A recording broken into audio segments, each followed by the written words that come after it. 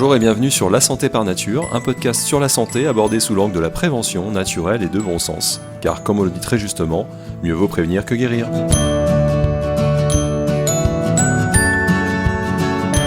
Je suis Anthony Viau, ex-pilote de ligne, aujourd'hui naturopathe à Paris et à Vannes en Bretagne, et c'est avec plaisir que je vous accompagne sur les chemins de la santé naturelle. Aujourd'hui, je vais vous partager 5 conseils pour bien dormir, ou en tout cas pour mettre toutes les chances de votre côté. Et comme c'est Noël, je vous en offre un 6e pour bien finir l'année. Si vous souhaitez en savoir plus, vous pouvez télécharger sur mon site un livret électronique sur le sujet, pour la modique somme de 5 € que je reverse à des associations de préservation de la nature. Vous y trouverez en une trentaine de pages tout ce qu'il faut savoir pour prendre soin de votre sommeil de manière naturelle.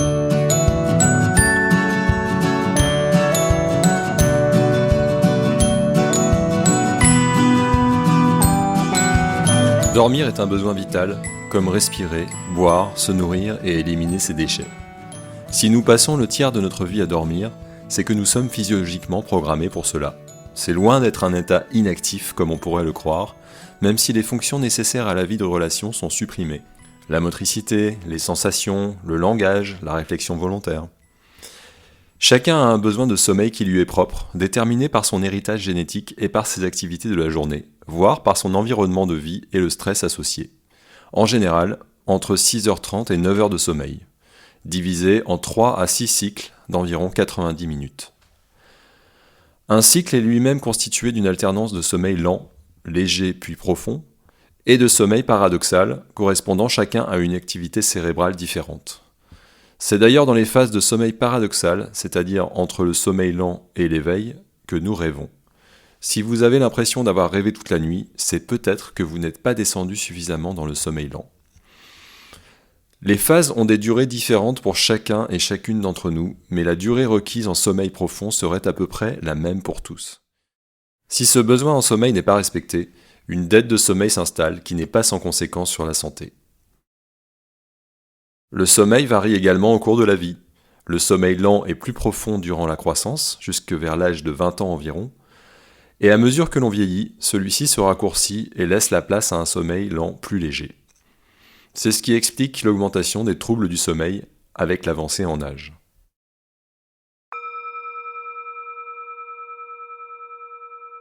Premier conseil, prenez soin de votre hygiène de vie. En effet, le sommeil prépare la journée à venir, mais c'est la journée qu'on prépare son sommeil. Si vous êtes familier de ce podcast, vous savez que j'aime donner l'image d'une chaise pour illustrer notre santé. Il faut essayer d'entretenir les 4 pieds de la chaise au quotidien, afin qu'elle reste bien stable. Ces 4 pieds sont une bonne recharge en énergie vitale, donc un bon sommeil la nuit si l'on peut, mais aussi un contact régulier avec la nature et les éléments, qui est peut-être le meilleur conseil pour prendre soin de sa santé. Une alimentation saine, de saison, de région, bio si possible, la moins transformée possible et riche en fibres. De l'exercice physique et du mouvement chaque jour. Rappelez-vous que nous avons été des chasseurs-cueilleurs pendant des millions d'années et que nous ne sommes pas faits pour rester assis devant un ordi toute la journée. Et enfin, essayez de prendre régulièrement un peu de recul sur nos vies afin d'éviter le stress toxique, en se ménageant des temps de relaxation, des moments pour ne rien faire et des pratiques de retour à soi, telles que le yoga ou la méditation. Et puis cette chaise a un dossier sur lequel nous pouvons nous appuyer. Ce dossier, ce sont nos relations avec les autres. Car il est important pour la santé de ne pas rester seul, et parfois d'accepter l'aide des autres ou de leur offrir la nôtre. Mettre en place cette hygiène de vie ne résoudra peut-être pas vos problèmes de sommeil, car les causes d'un sommeil perturbé sont nombreuses, mais c'est un socle indispensable pour se sentir bien.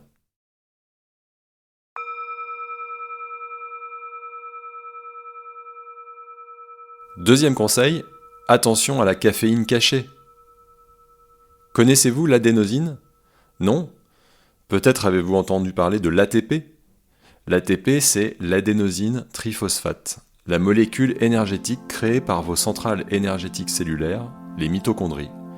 Or, votre corps crée en permanence de l'énergie, c'est-à-dire de l'ATP, puis l'utilise. Et une fois utilisé, il reste une sorte de déchet, l'adénosine. Or, cette adénosine a la particularité de se fixer sur des récepteurs dans le cerveau. Et plus ces récepteurs sont occupés par de l'adénosine, plus le fonctionnement cérébral ralentit, donc plus on a sommeil. C'est tout simple. Alors pourquoi est-ce que je vous parle de ça, puisque ce mécanisme est automatique ? Eh bien parce que lorsque vous prenez de la caféine, celle-ci a la particularité de se coller sur les récepteurs de l'adénosine dans le cerveau, ce qui fait que l'adénosine ne peut plus s'y mettre, et donc ne peut plus exercer son effet d'induction du sommeil. Du coup, le cerveau a l'impression de ne plus avoir besoin de dormir. Or, tout le monde sait que le café contient de la caféine, et que lorsqu'on a le sommeil fragile, il vaut mieux éviter d'en prendre en fin de journée. Parce que c'est un excitant qui entraîne la production d'adrénaline, mais également à cause de ce problème d'adénosine. Mais connaissez-vous tous les aliments et les boissons contenant de la caféine ? Alors, outre le café, il y a notamment aussi le thé, même le thé vert, qui en contient certes un peu moins, mais qui en contient quand même, les boissons énergisantes, et surtout le chocolat. Et plus le chocolat est noir, plus il en contient. Donc si vous avez des problèmes d'endormissement ou de sommeil, mon conseil est de commencer par éviter de manger du chocolat le soir, et vous verrez que cela pourrait bien améliorer les choses. Petite pause rapide pour vous rappeler que mon essai Voyage interrompu, confidence d'un pilote de ligne éco-anxieux est toujours disponible en librairie. J'y raconte la magie du métier de pilote de ligne, vu de l'intérieur, ainsi que les nombreuses prises de conscience écologiques qui m'ont amené à le quitter. Je mets également un lien en descriptif de l'épisode pour le commander.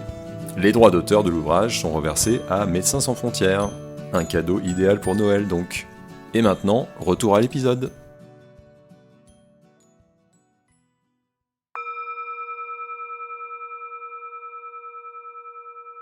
Troisième conseil, pour bien dormir, il faut être fatigué. Et oui, c'est une lapalissade, me direz-vous. Mais être fatigué lorsqu'on a passé la journée devant son ordi, finalement, est-ce une fatigue saine ? Comme je le rappelais, l'être humain est un chasseur-cueilleur à l'origine. Nous avons donc besoin de nous dépenser physiquement, et pas seulement nerveusement ou intellectuellement. Donc si vous n'arrivez pas à vous endormir le soir, posez-vous déjà la question « ai-je bougé aujourd'hui ?» Et essayez donc d'inclure à partir de maintenant de l'activité physique chaque jour, ne serait-ce que de la marche à l'air libre. Pour vous donner un exemple caricatural, imaginez que vous passiez votre journée au lit ou sur un canapé. Vous ne vous dépensez pas physiquement, n'est-ce pas ? Donc, la recharge en énergie que procure le sommeil n'est pas vraiment nécessaire, puisque vous n'avez pas dépensé cette énergie dans la journée. C'est un peu comme si vous rechargiez à fond votre téléphone et que vous ne l'utilisiez pas dans la journée, vous n'auriez pas besoin de le mettre en charge le soir. Eh bien, dans mon exemple, c'est un peu pareil. Vous aurez du mal à vous endormir après une telle journée, car votre corps ne serait pas en demande de recharge. Le naturopathe Pierre-Valentin Marchesso écrivait à ce sujet « Tout individu fatigué sur le plan musculaire dort bien ». D'ailleurs, vous l'avez sans doute expérimenté. Une journée à marcher au grand air ou à faire du sport permet le plus souvent de mieux dormir le soir. Et puis, bouger pendant la journée aide à faire baisser la température corporelle le soir, ce qui est indispensable pour s'endormir, et aide également à diminuer le stress et l'énervement. D'ailleurs, le médecin Edmond Desbonnets disait à ce propos « Le muscle est le contrepoids du nerf ». Enfin, faire de l'exercice physique dans la journée permet d'augmenter la production de sérotonine, une hormone nécessaire à la production de la mélatonine, l'hormone du sommeil.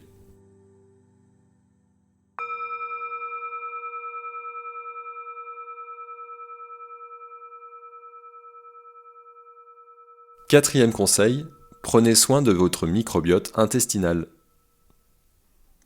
Une bonne flore intestinale est indispensable à une bonne santé, mais également à un sommeil de qualité. Et ça, on y pense moins. En effet, vous savez sans doute que l'hormone du sommeil, la mélatonine, est créée dans le cerveau à partir de la sérotonine produite localement.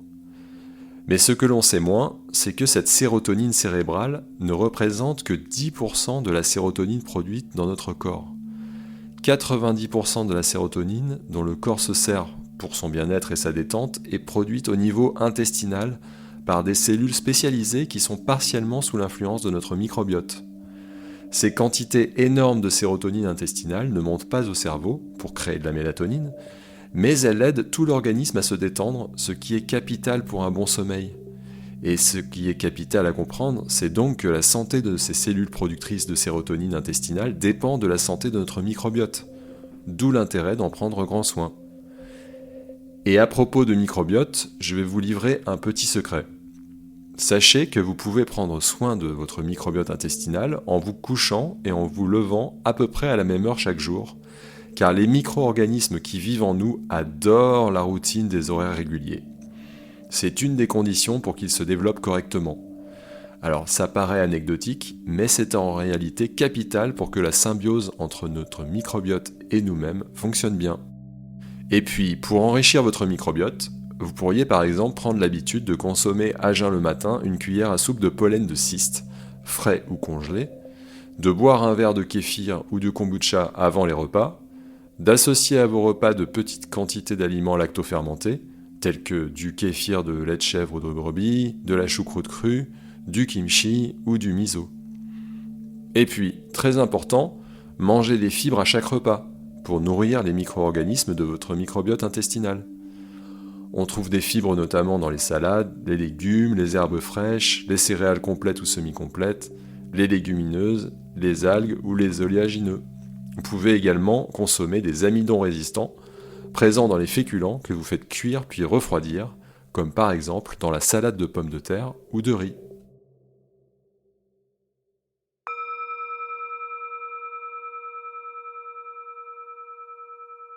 Cinquième conseil, écoutez-vous et ne cherchez pas à lutter contre l'endormissement. Je ne vous apprends rien, nous sommes toutes et tous capables de nous rendre compte quand notre organisme réclame du sommeil.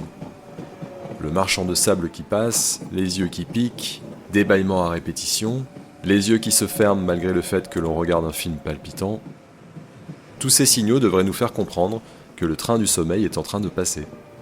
Or, si l'on ne monte pas dans ce train, le prochain ne se présentera que 1h30 à 2h après. Donc, dans un monde idéal, il faudrait monter dans ce train du sommeil dès qu'il passe, même s'il est tôt dans la soirée. Bien sûr, ça n'est pas toujours possible lorsqu'on vit en société ou en famille, mais se rappeler que notre corps nous parle peut nous faire réaliser que se remettre à l'écouter peut vraiment nous aider.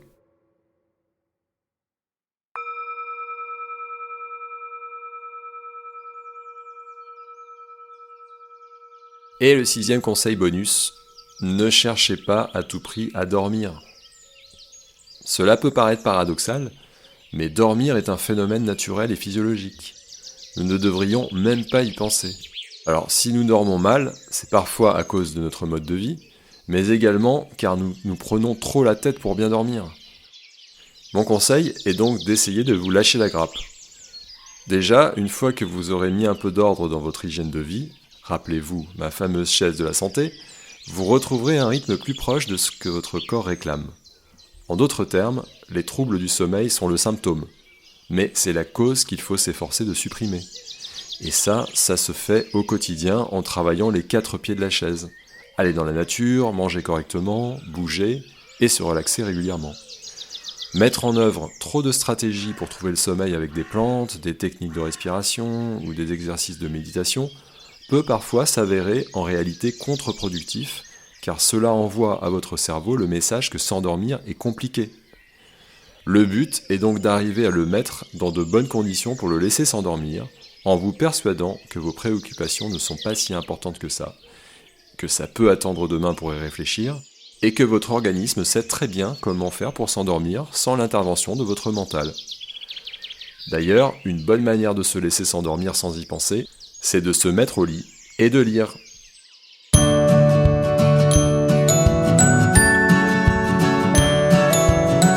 Voilà, c'est tout pour aujourd'hui.